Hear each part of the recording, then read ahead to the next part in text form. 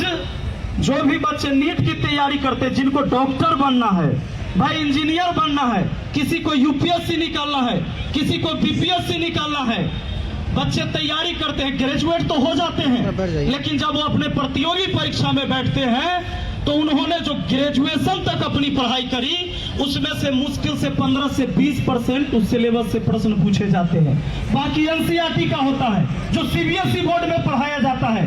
तो गरीब के बच्चे तो सरकारी स्कूल में पढ़ते हैं, वो तो एनसीईआरटी पढ़े नहीं। अब एनसीईआरटी उनको फिर से जाकर प्राइवेट कोचिंग में जाकर पढ़ना पड़ता है। अगर वो नहीं पढ़ते हैं 10 साल 15 साल तैयारी करते करते थक जाते हैं और हम सोचते हैं कि हमारा बाल बच्चा की किस्मत खराब है, वही नौकरी नहीं हो रहा है, जबकि व्यवस्था खराब किया गया कि आपके बच्चों को अवसर नहीं मिल रहा है। इस बहुरंगीय शिक्षा व्यवस्था के खिलाफ हम लोगों को खड़ा होने की जरूरत है। और मैं तमाम साथियों को दिल से धन्यवाद देता हूं कि भाई हम क्या सोचते हैं कि भाई मेरे अकेले करने से क्या होगा, मेरे अकेले करने से क्या होगा, यही सोच के हम बदलाव नहीं ला पाते हैं। सत्ता बदलती है लेकिन व्यवस्था वही है। आज बिहार में चुनाव होने जा रहा है, सरकारें मुफ्त की सारी चीजें बांट रही है, रोजगार छीन छीन कर राशन बांटा जा रहा है, लोगों को हाथ में कटोरा पकड़ाया जा रहा है, भिखमंगा बनाया जा रहा है, लेकिन बाढ़ से बचने के लिए पूरे बिहार में कोई ऐसी व्यवस्था नहीं है। उधर नेपाल से पानी आए तो आधा बिहार उधर डूब गया, आधा बिहार पानी में डूबता है और आधा बिहार सुखाड़ से बर्बाद होता है।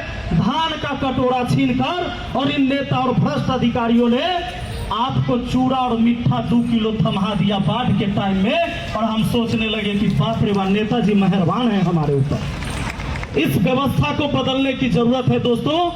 अभी छात्रों के लिए छात्रवृत्ति बढ़ा दिया गया, चुनाव है, 600 वाला हो गया 1200, 1200 वाला 2400, 1800 वाला 3600।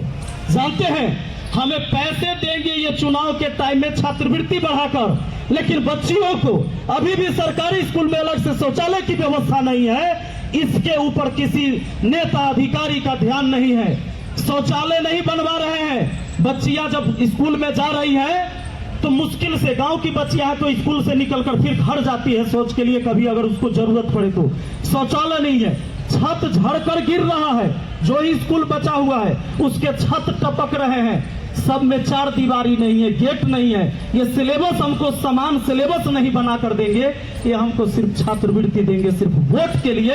ऐसी शिक्षा व्यवस्था से कभी देश नहीं बदल सकता है दोस्तों। शिक्षा व्यवस्था अगर वन नेशन है तो वन एजुकेशन सबसे पहले चाहिए।